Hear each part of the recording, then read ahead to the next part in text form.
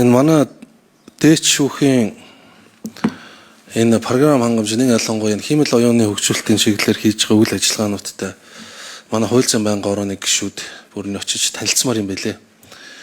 Тэгээ үнэхээр би түрүүнд нь сая дэлгэр дараагаас тодорхой танилцуулгуудыг сонсч ирсэн.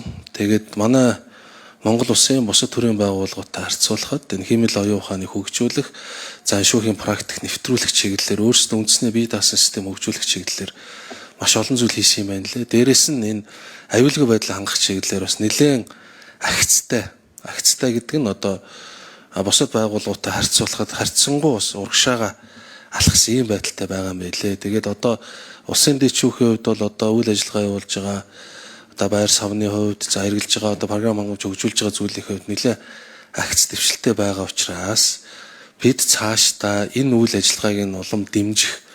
За бид бол шүүхийн асуудал ярихаар зөвхөн байр савны асуудал ярьдаг. Байр саваа бол хэдүүлээ мэдээж ярина.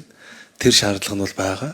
Тэрнээс гадна өөрсдийнхөө үйл ажиллагаа шинжил хийгээд харьцангуй орчин үе цаг үетэйгээ хөл нийлээ явж байгаа санаачлагыг хууль зүйн байнгын хороо Монгол Улсын их хурлын зүгээс дэмжих ёстой гэсэн ийм байр суурь илэрхийлж өгүүлье.